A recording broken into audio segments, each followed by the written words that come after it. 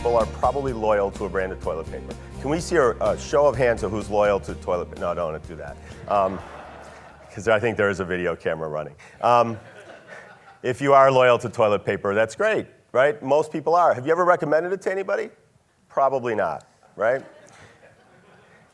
There are a lot of times that you won't recommend something, whether it's a product, an industry, whether it's, because when we recommend something, we're putting ourselves out there. We're putting ourselves out there and saying, we're endorsing and supporting this.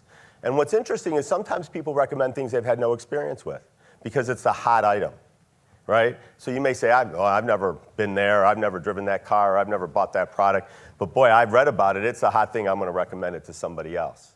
In some cases, we're incredibly loyal to a company or a product and we don't recommend it because we don't want people to know where we're doing business, because it's just something we think is personal.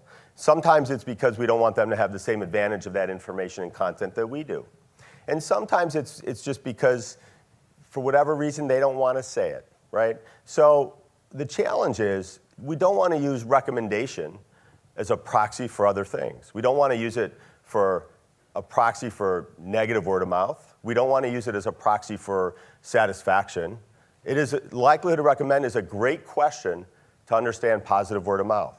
We've been asking it before NPS was developed.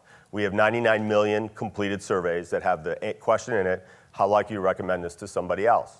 So use it for what it's worth, use it for what it's meant for, to measure positive word of mouth. In today's world, companies are not bound by location anymore, right? We can buy product from China and have it shipped right to our door. We can watch a broadcast of a news station across the country or read a newspaper from across the country or across the world. Retailers were no longer bound by the folks in our neighborhoods. So the bounds have gone away, and it's just introduced a ton more competitors and made every step of that process of doing business more competitive.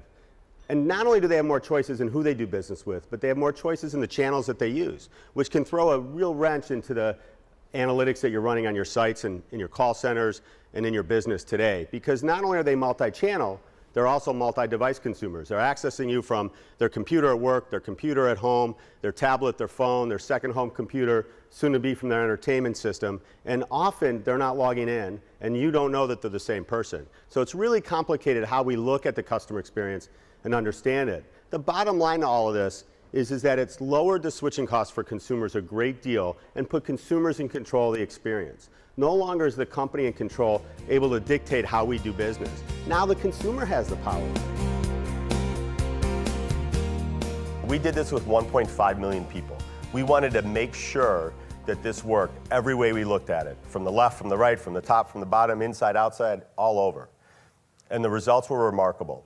What we found is that on average, NPS overstates the true detractors by 260 to 270%. In other words, if I look at the numbers of people that would be considered detractors with NPS, and I compare that to the number of people that are saying on a 9 or 10 that their likelihood to discourage someone else from doing business with this company, what we would call a true detractor, that's a 260% overstatement of the detractors in NPS. That's a big, big mistake. And some companies were 1,000%.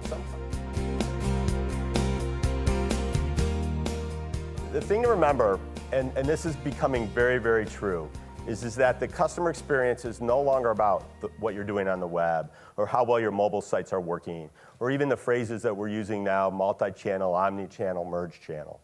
And really, I don't think it ever was. Now, it was in companies' minds, right? Oh, here's our website. We're going to really focus on our website. We're going to do a great job. And over here is the mobile team, and they're really doing a great job. From a consumer's perspective, it was always about one company and one brand. They don't see mobile different from contact center, and contact center different from live chat, and live chat different from the web. They see one company, one brand. And we were talking about this at dinner last night, how many mistakes companies make by sub-optimizing. So we think, as you continue to move forward, realize and embrace the fact that consumers look at your organization as a brand, as a company, not as a bunch of separate channels. 4 companies that were part of the study that we did. Apple, 12% detractors according to NPS, when in fact only 1% we're likely to discourage others from doing business with Apple. Apple had a policy that they publicly stated that their store managers are going to reach out and contact every one of those detractors because they've embraced NPS. And in fact, they're now going to contact 12 times more people than they need to. A store manager making $40,000 to $80,000 a year is going to be wasting most of his time by contacting these people he doesn't need to. At Nike, we see a 700% overstatement in those detractors. Only 2% are actually likely to discourage others from doing business with the company. And it's not all that surprising that a lot of people aren't going to recommend it. They're happy, they're satisfied, they're loyal. It's just not in their personality. VW, HSBC, across all industries, we see similar data, similar results. The number of people that are non-recommenders, that are NPS detractors, are not the number of people, are not the same people that are actually going to discourage others from doing business with your company or negative word of mouth. So by bringing word of mouth index together with NPS, we get better metrics. We get better data. We get more accuracy, more precision, more reliability, and more actionability so we can do something with it as marketers.